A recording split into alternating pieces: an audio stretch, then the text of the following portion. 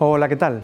En una sociedad líquida, en palabras de Bauman, los valores o principios suelen diluirse ante una opinión pública demasiado débil por las ideologías o simplemente por la ausencia de empatía o de compromiso. Entre los grandes valores hablaremos hoy de la vida, un derecho del cual derivan todos los demás. En relación a la libertad y ante la preocupante situación sanitaria que vivimos, aceptamos la restricción de libertades para proteger precisamente la vida. Sin embargo, cuando la ideología penetra, son las libertades las que colocamos por encima de la vida. En España y en otros países iberoamericanos se anuncian legislaciones más permisivas sobre el aborto o la eutanasia. Hoy recordaremos la vida de una persona que ofreció al mundo un testimonio de humanidad como pocos y al mismo tiempo levantó la voz ante líderes políticos para denunciar ya en los años 80 la aceptación social y legal del aborto provocado.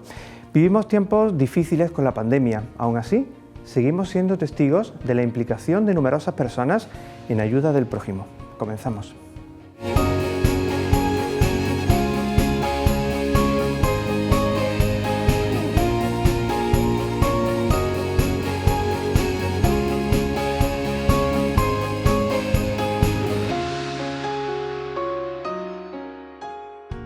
La crisis originada por la pandemia del COVID-19 ha empeorado la situación y las condiciones de vida de muchas personas.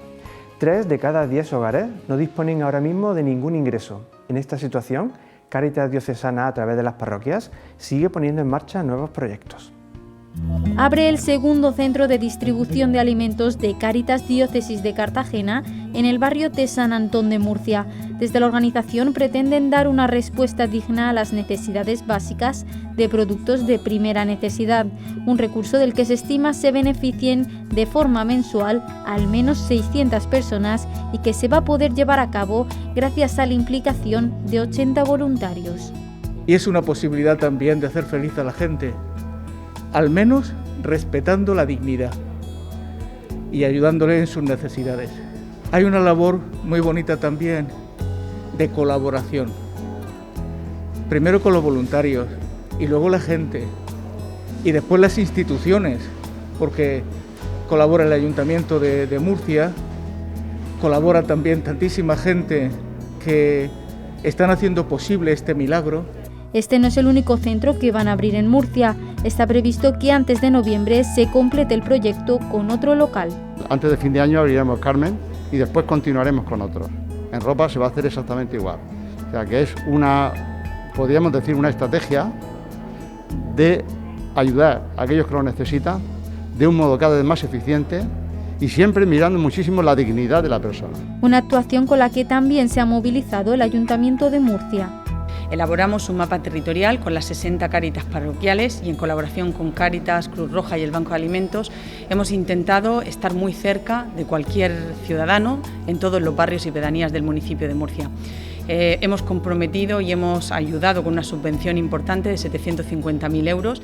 Gracias a la labor que se ha desarrollado por parte del Ayuntamiento de Murcia y de Cáritas Diocesana, desde el comienzo de la pandemia ya se ha podido ayudar a miles de personas. Cuando pensamos en nuestros mayores, no podemos olvidar que hoy muchos de ellos viven en soledad, un drama que crece y al que no siempre dedicamos nuestra atención. Desde Jesús Abandonado nos dan algunas claves extraídas de un reciente estudio. Lucía Fernández, trabajadora en el equipo de atención psicosocial de la Fundación Jesús Abandonado, ha llevado a cabo una revisión bibliográfica sobre la soledad en personas mayores que viven en residencias en un contexto de pandemia. Un estudio con el que han podido observar que la soledad sí está afectando a las personas mayores. Afecta negativamente al sistema inmunológico, provocando carencias y dando lugar al desarrollo de enfermedades, tanto bacterianas, víricas o infecciosas. También afecta al sistema cardíaco y puede afectar al funcionamiento cognitivo general, dando lugar al desarrollo de enfermedades como el Alzheimer o la demencia. El apoyo social es clave para combatir estas enfermedades. Sin embargo, la situación del coronavirus ha llevado a que muchas residencias tengan las puertas cerradas a las visitas de familiares. La actividad presencial está más limitada, pero existen alternativas para poder llevar a cabo este contacto, para poder mantenerlo, como son, por ejemplo, el teléfono y todas las herramientas de comunicación con las que contamos. En esta línea se ha comprobado que el apoyo con nuevas tecnologías de la presencia de voluntarios aporta gran satisfacción a los mayores. Que las personas mayores estuvieron muy agradecidas con este acompañamiento telefónico, mostraron una gran satisfacción y además tenían mucha ilusión por poder mantener ese ratito de conversación con los voluntarios. Insisten en la importancia de que las familias se conciencien de que el contacto social es fundamental para los mayores. Muchas veces la agenda política, movida por la ideología, puede desatender a algunos de los descartados. Ante los recientes anuncios legislativos para promover el acceso al aborto entre menores que se enfrentan a embarazos imprevistos, queremos recordar la necesidad de proteger la vida con mejores ayudas para las madres. Desde el Gobierno central han anunciado la intención de llevar a cabo una reforma de la ley que impide a las menores abortar sin el consentimiento de los padres. Desde la asociación Red Madre critican esta decisión. Nosotras desde la asociación Red Madre hemos atendido muchísimas niñas menores de edad y puedo decirle que salen adelante con el consentimiento de los padres, con la ayuda nuestra y bueno, en realidad nosotras lo que desde nuestra asociación queremos promulgar y difundir es que si existe una ley, como existe una ley que es libre y gratuita, lo que también queremos es que exista una ley de apoyo a la maternidad para todas aquellas mujeres que sí que quieren seguir adelante. Así que el Estado equipare un poquito, bueno, pues que estas mujeres para poder decidir en libertad tienen que saber toda la información. Numerosas asociaciones prestan ayuda a mujeres que se enfrentan a embarazos imprevistos. Red Madre, en sus 10 años de actividad, ha ayudado a más de 800 mujeres. Estas madres que han llegado hacia nosotras, bueno, pues han seguido adelante con su embarazo. Es cierto que son embarazos imprevistos y que ellas pues tienen muchas dudas para seguir adelante, pero una vez que, bueno, pues saben de nosotras y bueno, de esta asociación en concreto, pues puedo decir un dato que es relevante, que 9 de cada 10 mujeres que nos visitan siguen adelante con su embarazo, por lo cual creo que es importante decirlo porque se sale adelante y lo hacen y muy bien, la verdad. La sociedad murciana coincide. Creen que las menores deben contar con la tutela de los padres y que hay que ayudar a las mujeres para que no se vean abocadas al aborto. Pues me parece un genocidio, porque considero que una niña menor de edad no está en las facultades óptimas para decidir qué hace con un bebé. Pues sí, España está dividida, o sea que sí. Yo pienso que se debería pedir autorización cuando eres menor porque no tienes la suficiente conciencia como para decidir por ti misma, que no es tanta diferencia 17 y 18 años porque la mayoría de edad varía en ese caso a lo mejor por meses, pero sí que a lo mejor es necesario esa autorización siempre que tenga el apoyo de los padres. Pues creo que muy mal, porque estoy por la vida, que se debe que promocionar la vida. Desde Red Madre se enfrentan cada día numerosos problemas. Aseguran que aún queda mucho por mejorar. Hay mucho camino por recorrer en este aspecto porque el tema de la maternidad hoy en día está un poco de lado y lógicamente estas mujeres no tienen las ayudas suficientes, no solamente del Estado, sino también a veces del entorno cercano, no solamente ayuda estatal y de la comunidad, sino también la ayuda cercana a ellas, familiares, el entorno que les rodea, no les es propicio para seguir adelante porque muchas de ellas se sienten coaccionadas, bien sea por la propia pareja o bien sea pues, por el entorno familiar, por los padres. Un anuncio del Ministerio de Igualdad que olvida la voluntad de muchas mujeres.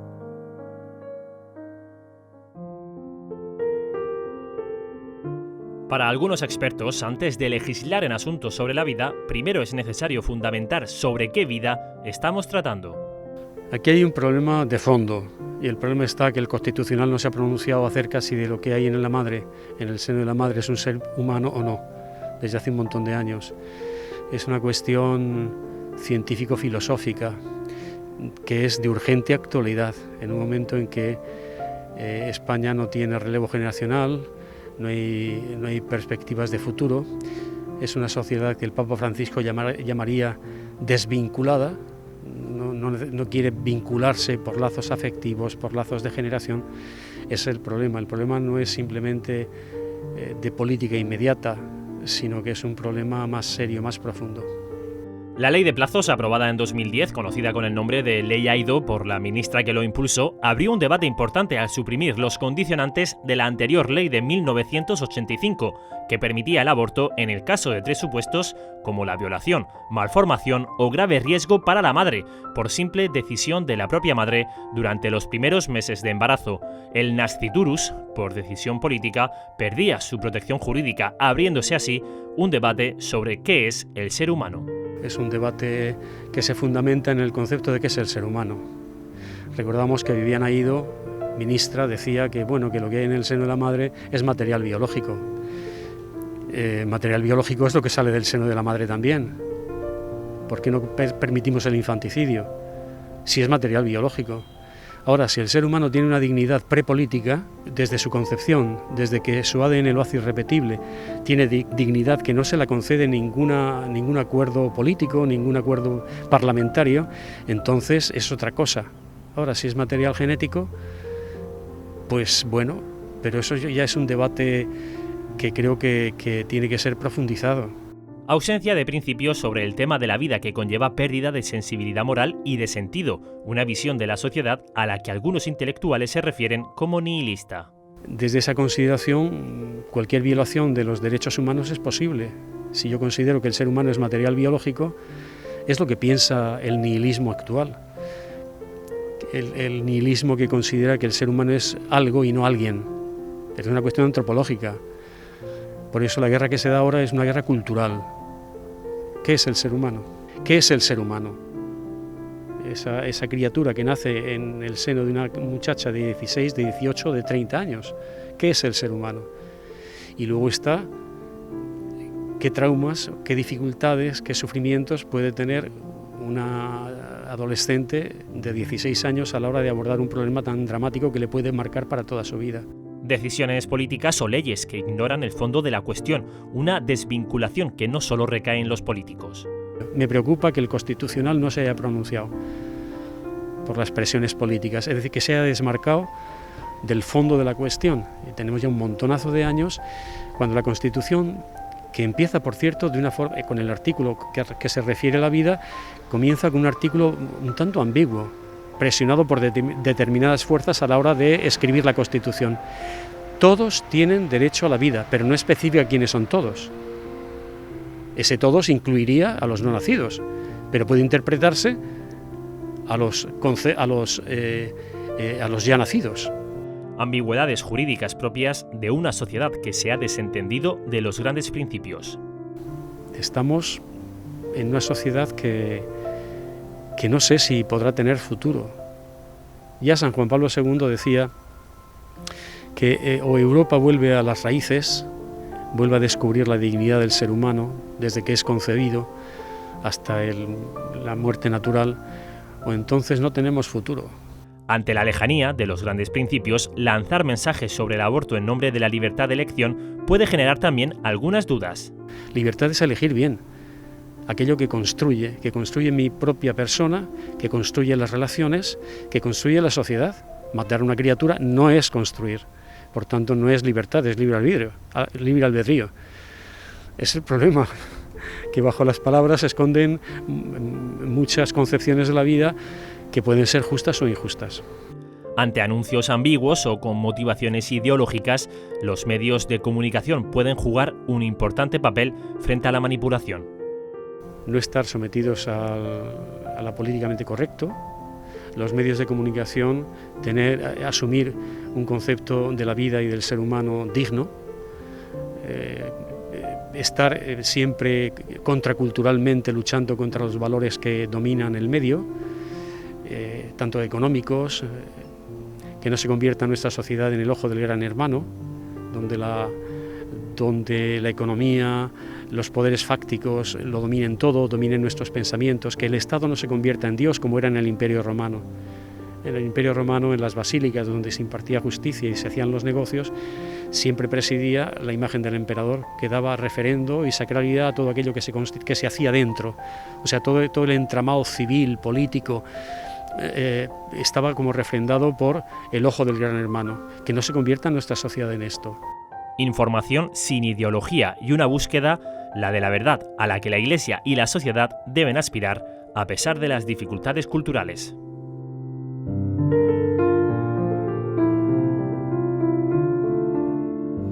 Su vida permanece en nuestra memoria como testimonio elocuente de la cercanía de Dios con los pobres. Para quienes no le conocieron o quieren conocerla mejor, el director José María Zabala prepara un documental sobre ella. Les hablamos de la Madre Teresa de Calcuta. Después de investigar la vida de santos como el Padre Pío o el Papa Juan Pablo II, el realizador José María Zabala se atreve ahora a contar la vida de la Madre Teresa de Calcuta. He devorado prácticamente toda la bibliografía de la Madre Teresa, me he empapado para poder hacer ahora esta película, para iluminar esos agujeros oscuros de la Tierra, de tantas personas que están sufriendo en todos los rincones del planeta y que necesitan esta película para tener un halo de esperanza. Son conocidas las imágenes de Madre Teresa acariciando enfermos y moribundos. En ellos tenía ella la certeza de tocar el propio cuerpo de Cristo. La Madre Teresa veía en cada uno de esos pobres, entre los más pobres del mundo, veía a Jesús y los cuidaba con un cariño increíble. Le daba lo mismo, además, hablar con el presidente de los Estados Unidos de América que hacerlo con uno de estos pobres moribundos de Calcuta. Para él, ante todo, estaba la persona, y en la persona, en cada persona, estaba Cristo. Se convirtió en un personaje público y en 1979 recibe el Premio Nobel de la Paz, un momento que aprovecha para dirigirse a importantes intelectuales y hablarles de la misión a la que se había entregado con sencillez y valentía. Thank God for this beautiful occasion where we can all together proclaim the joy of spreading peace, the joy of loving one another, and the joy acknowledging that the poorest of the poor are our brothers and sisters. And I feel one thing I want to share with you all. The greatest destroyer of peace today is the cry of the innocent, unborn child. But today, millions of unborn children are being killed. And we say nothing. In the newspapers, you read numbers of this one and that one being killed, this being destroyed.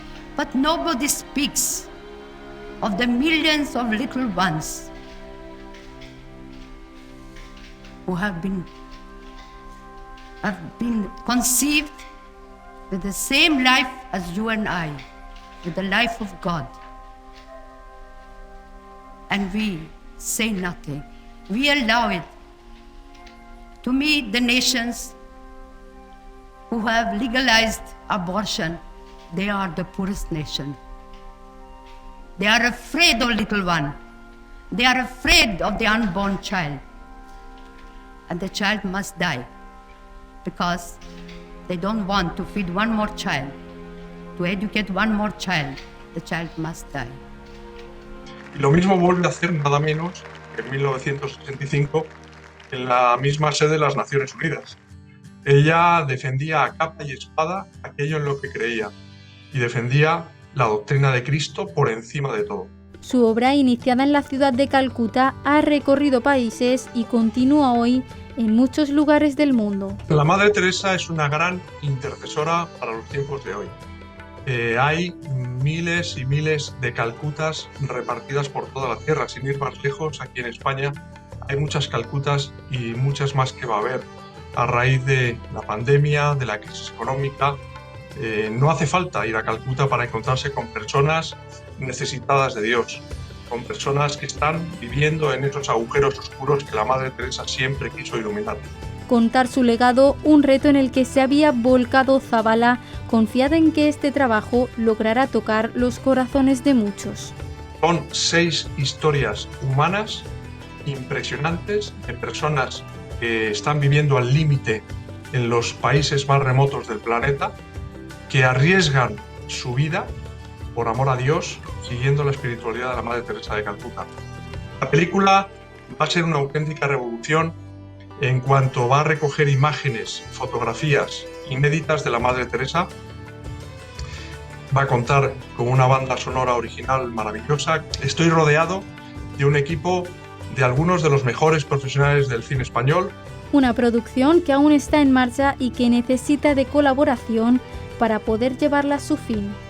El cine católico no recibe ningún tipo de subvención oficial ni ayuda de ningún tipo y necesitamos ayuda urgente para poder estrenar Amanece en Calcuta. Necesitamos, por supuesto, oraciones, que ya las tenemos, de personas, conventos de monjas de clausura, de sacerdotes, de laicos que están rezando por esta película, pero también necesitamos medios materiales, medios humanos. Un proyecto en el que están involucrados José María Zabala, su esposa, y un gran equipo que, como afirma el propio director, trata de ser un instrumento de salvación para hacer bien a las almas.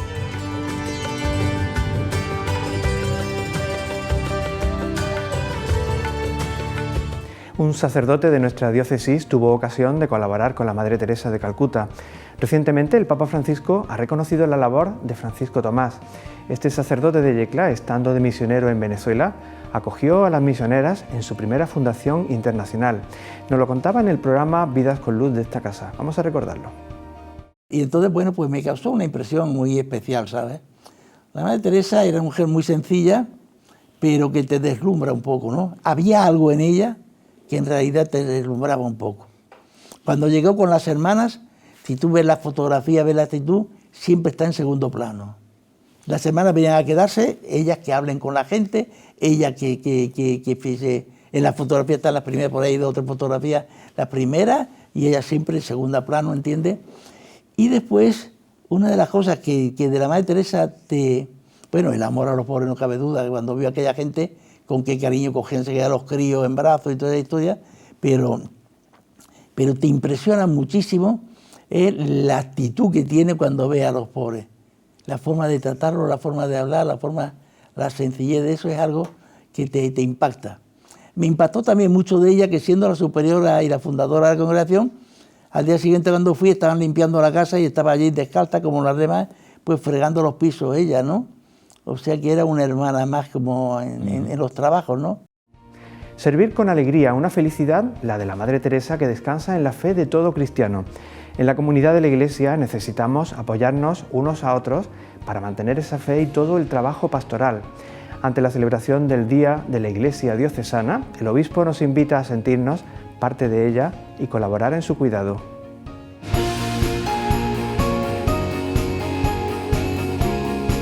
Un saludo muy especial, queridos amigos, en este domingo en el que tenemos muchas razones como para estar contentos. En primer lugar, lo que nos pide Dios en la palabra de Dios de esta semana es que vigiles, que cuides tu espíritu y tu vida, tus actitudes ante el mundo y ante la realidad que te ha tocado vivir, pero sobre todo como un cristiano. Vivir como un cristiano, acercándote del todo al corazón de Dios y a la voluntad de Dios, para lo cual mantén la lámpara encendida, la lámpara de la fe, una fe que hay que alimentarla con la palabra de Dios, con la oración, la vida de los sacramentos y sobre todo valorar muchísimo lo que significa estar con otros, la comunidad, porque somos una familia, la familia de los hijos de Dios, que estamos llamados a dar un testimonio vivo de la grandeza, del poder y del amor de Dios. La palabra de Dios es muy significativa. Me gustaría que os acercarais a ella para leerla antes de ir a la celebración y veréis cómo, de hecho, la invitación a la vigilancia que te hace San Lucas y que nos pide, de hecho, el Señor, no es por otra razón, sino para estar con las vestiduras blancas, con nuestra experiencia grande, que somos los que hemos venido de la gran tribulación y que hemos sido lavados en la sangre del Cordero. Como somos una familia, precisamente estamos viviendo en esta semana el Día de la Iglesia Diocesana. Tu familia, la Iglesia de la Fe, la Iglesia de los hermanos, Y lo que yo ahora te propongo es que des gracias a Dios por esta experiencia grandísima, por esta experiencia enorme de saber que tienes a Dios y a los hermanos muy cerca. Pero nuestra Iglesia necesita también ayuda. Por eso llamo a tu puerta hoy, para que no pases de largo, sino que la tengas muy en cuenta, que ayudes para seguir predicando a Cristo, para seguir anunciando el reino de Dios, pero que ayudes también la estructura que humanamente tenemos y que hay que cuidar también. Porque en una casa, de una familia, no solamente hay que estar muy unidos y muy contentos, sino tiene que estar aseada, limpia, impoluta, para que los que vivimos y los que vienen a visitarnos estén lo más cómodos posible. Y la comodidad se hace en las mismas condiciones que nos pide el Señor, con limpieza de corazón, con amabilidad, con humildad, con sencillez, con dulzura de carácter. Mucho ánimo, que tengáis un feliz día y acuérdate de que hoy estoy llamando a tu puerta para que ayudes a esta iglesia de Cartagena.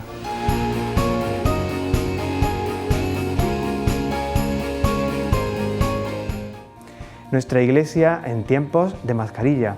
Es el título de la carta pastoral del obispo de Cartagena para este curso, una mirada a la actual situación de la iglesia diocesana que busca sus raíces en las primeras comunidades cristianas para plantear nuestra pastoral como un tiempo de misión y participación, especialmente entre los laicos.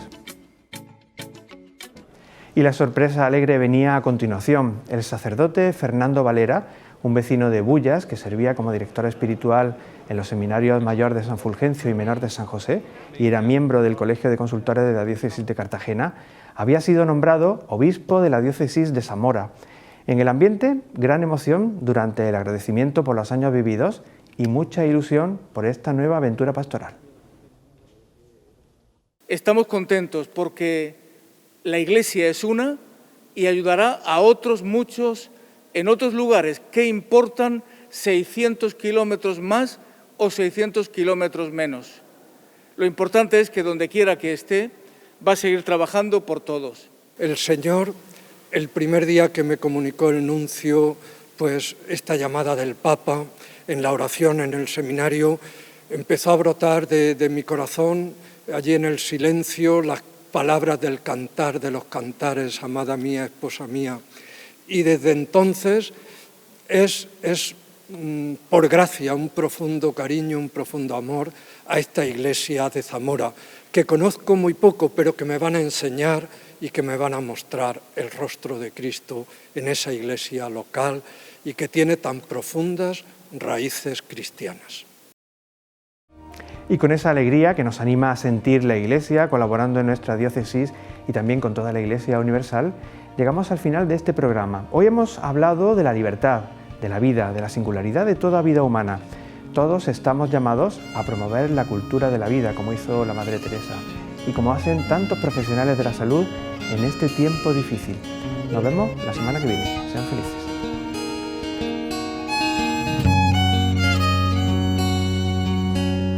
Prometo guardarte en el fondo de mi corazón. Prometo acordarme siempre de aquel raro diciembre. Prometo encender en tu día especial una vela y soplarla por ti.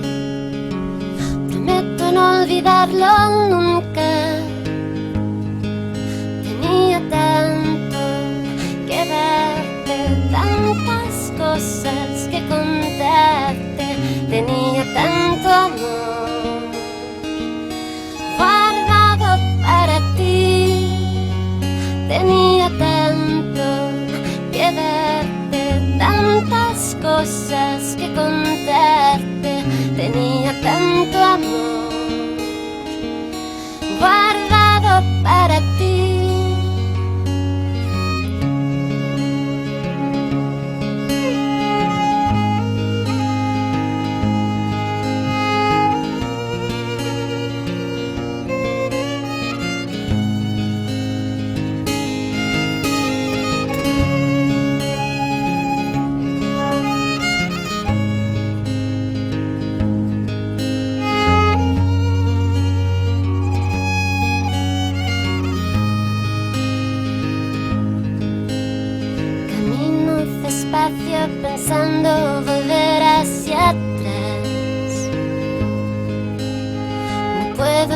la vida las cosas suceden nomás.